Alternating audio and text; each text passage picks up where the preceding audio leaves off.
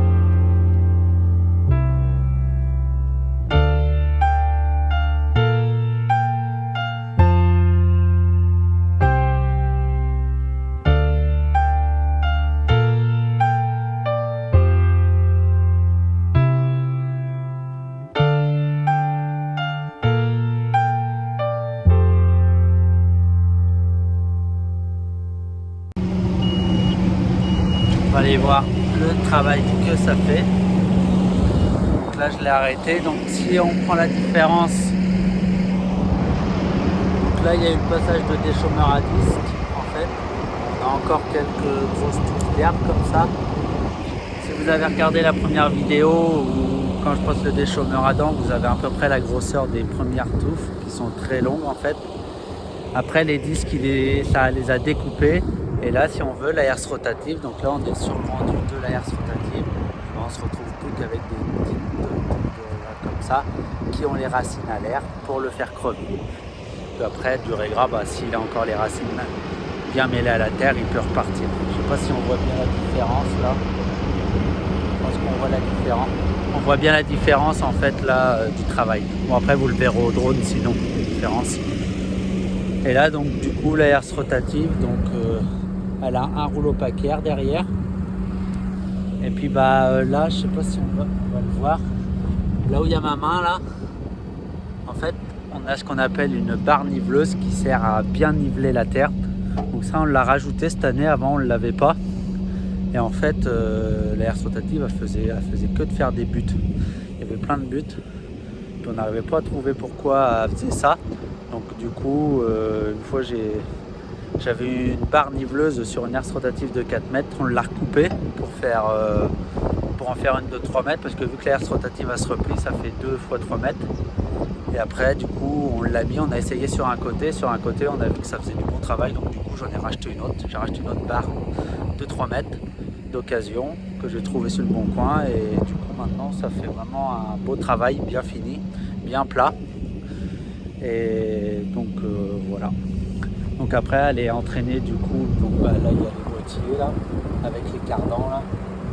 Il y a le gros boîtier de renvoi d'angle qui est au milieu là, à peu près où il y a mon doigt là. Donc voilà. Et voilà ce que je peux vous dire sur la herse rotative.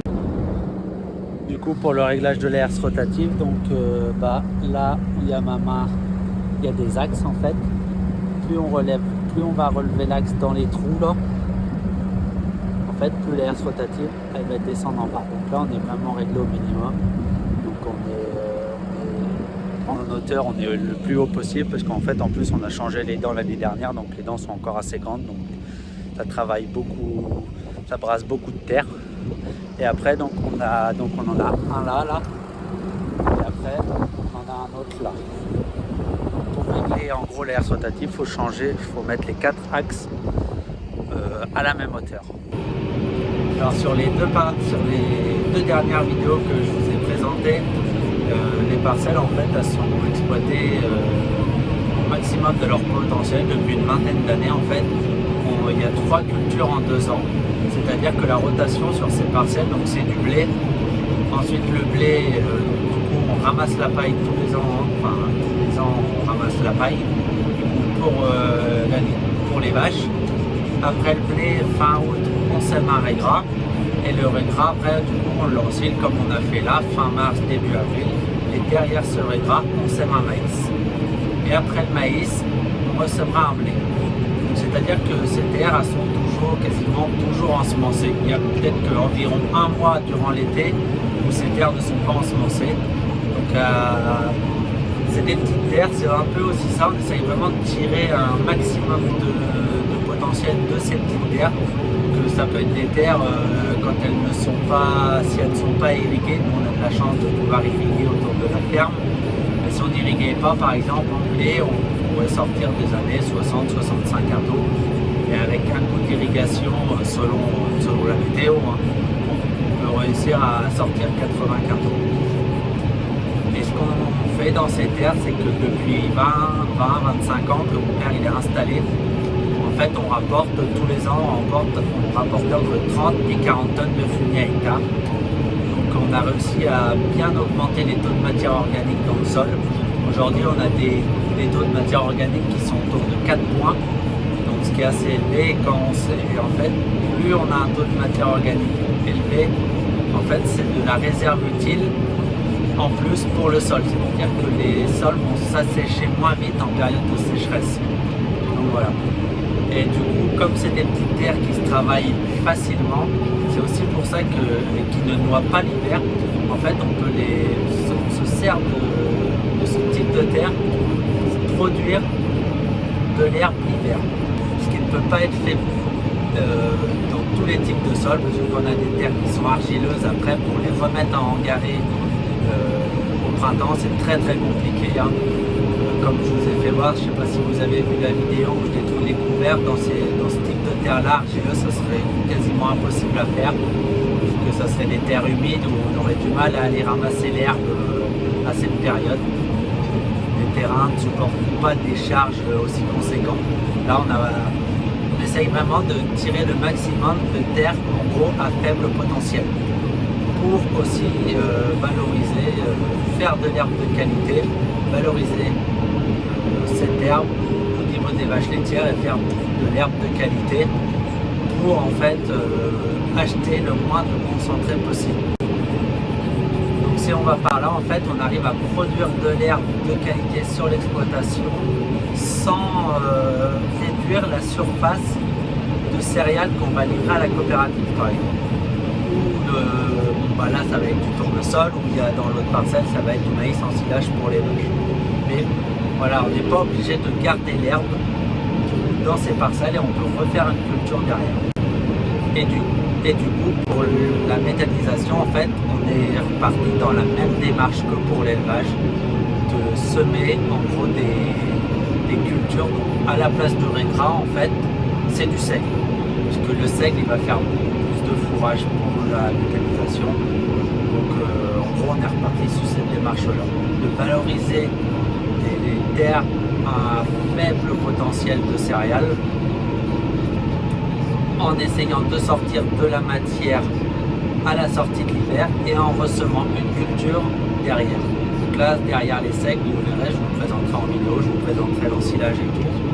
Et en fait, derrière le seigle, on va ressemer un tournesol. C'est-à-dire qu'en gros, on aura fait un blé, un seigle, et après on sème un tournesol. Et entre les deux, on aura couvert nos sols, comme la réglementation nous l'impose. Et en fait, au lieu de détruire le couvert, on le ramasse pour les vaches ou pour l'unité de méthanisation. Comme ça, ça n'enlève pas de surface de culture, si on va par là, de culture alimentaire qu'on livre à la coopérative. Donc ça, voilà, c'est un peu notre démarche pour les vaches laitières et l'unité de méthanisation qui est là. Donc moi, j'en ai fini pour cette vidéo, j'espère que ça vous aura plu. Donc là la vidéo elle va sortir beaucoup plus tard, en fait là on est le 5 avril, donc là il y a sur les 2 dernières vidéos, elles ont quasiment été tournées la même semaine, comme c'était des travaux que je voulais vous présenter, je vous les ai tournés la même semaine, mais je ne veux pas tout mettre dans les mêmes vidéos parce que après ça ferait des vidéos qui seraient vraiment longues. Alors après, peut-être que quand vous verrez la vidéo, on aura commencé à semer, c'est-à-dire que ça va dépendre de la météo. Voilà. Donc n'hésitez pas à vous abonner, à partager la vidéo. Puis moi je vous dis à une prochaine pour une nouvelle vidéo.